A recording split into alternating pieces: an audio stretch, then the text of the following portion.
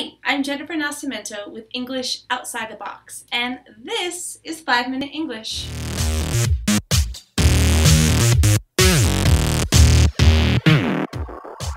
Five-Minute English is an online video series for you to learn English in just 5 minutes. I know you're busy, so these short, compact lessons are perfect for you to listen on the go, on the subway or bus, in between work, on a lunch break, when you wake up, or before you go to bed. It's only 5 minutes and it can take your English to the next level. With my other 5-minute English videos, you can learn all kinds of information.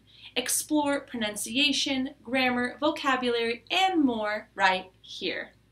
Today, we're going to be learning about idioms, specifically idioms with the word throat. You can see the full blog post on my website, www.englishoutsidethebox.com/blog.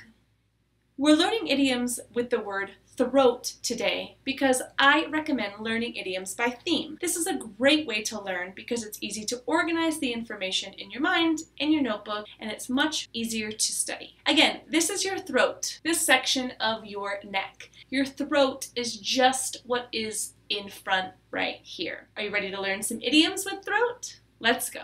These are the idioms that we're going to look at today. At each other's throats, to force something down someone's throat, jump down someone's throat, a frog in your throat, or a lump in your throat. Anytime you see something, that is going to be an object, and every time you see someone, that is going to be a person. This also has to do with the pronouns your. You can change your to match the context. My, his, her, etc.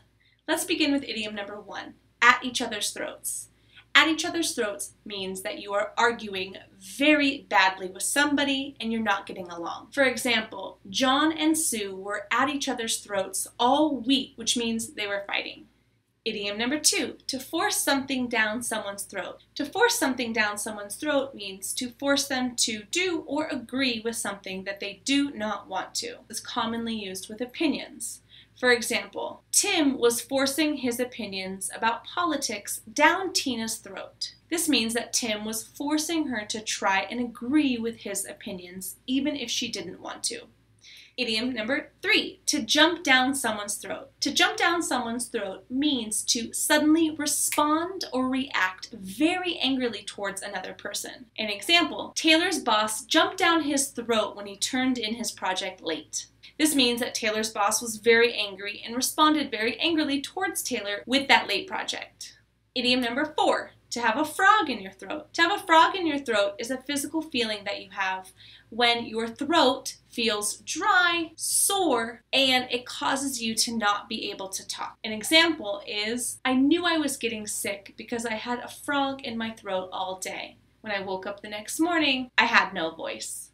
The final idiom today is to have a lump in your throat. This is also a physical feeling that you have in your throat. To have a lump in your throat is a feeling you get right before you're about to cry, or you feel like you want to cry and you cannot speak. For example, Lucy had a lump in her throat before she had to give her speech at her best friend's wedding. She was very emotional, she felt like she was going to cry, so she felt like she had a lump in her throat before her speech. Again, these are the idioms that we reviewed today. You can see the full blog post, read the examples, and see more information on my blog, www.englishoutsidethebox.com/blog.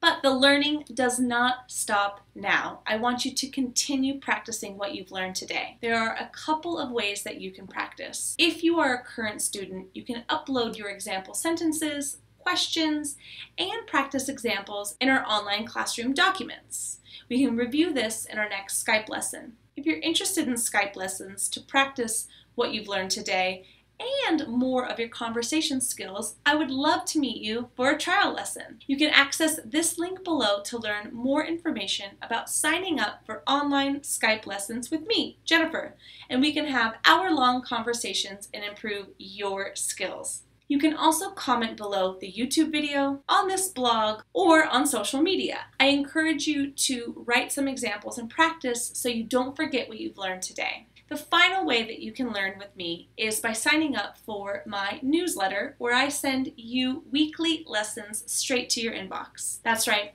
every Tuesday you will get 2 English lessons sent directly to your inbox. You can sign up with this link here and you'll get a phrasal verb guide. Yes! I hope you enjoyed today's lesson and I hope you enjoyed learning with me. I wish you a great day, happy studying, and don't forget to practice.